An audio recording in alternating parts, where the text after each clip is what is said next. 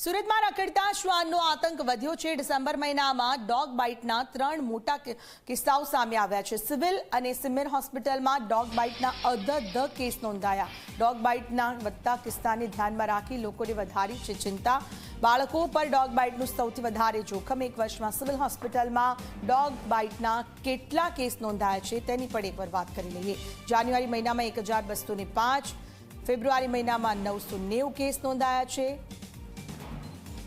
રખડતા શ્વાન બેખૌફ, શહેરીજનોમાં ખૌફ। ડોગ બાઇટના વધતા કિસ્સાઓની લોકોની ચિંતા વધારી છે। માર્ચ મહિનામાં 1062 કેસ નોંધાયા છે તો મે મહિનામાં 976 કેસ નોંધાયા છે। જૂન મહિનામાં 796 કેસ, જુલાઈ મહિનામાં 692 કેસ, ઓગસ્ટ મહિનામાં 735 કેસ નોંધાયા છે।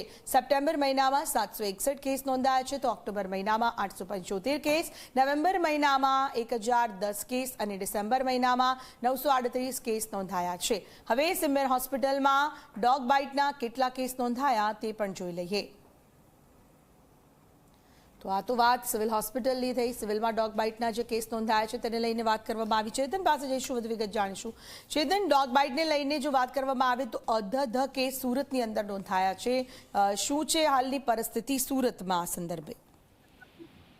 જી બિલકુલ થી સુરતની જો વાત કરીએ તો સુરત મહાનગરપાલિકા દ્વારા રખડતા જે શ્વાન છે તે શ્વાનના રસીકરણ અને ખસીકરણના નામે કરોડો રૂપિયા ખર્ચ કરવામાં આવતો હોય છે। જો કે આટલો કરોડો રૂપિયાનો ખર્ચ કરવા છતાં જે ડોગ બાઇટિંગના જે કેસો છે તે ઓછા થવાનું નામ નથી લઈ રહ્યા અને તેમાં પણ સૌથી ચિંતાજનક વાત એ છે કે જે ડોગ બાઇટિંગના જે કિસ્સાઓ સામે આવી રહ્યા છે તેમાં નાના જે બાળકો છે તેને શિકાર બનાવવામાં આવી રહ્યો છે। ખાસ કરીને સુરતના નવી સિવિલ હોસ્પિટલ અને સિમર હોસ્પિટલની જો વાત કરીએ તો ફક્ત સિવિલ હોસ્પિટલમાં દૈનિક 25 થી 30 કેસો નોંધાઈ રહ્યા છે। તે પૈકી નાના બાળકો 20 જેટલા જે કેસો છે તે કેસો નોંધાઈ રહ્યા છે।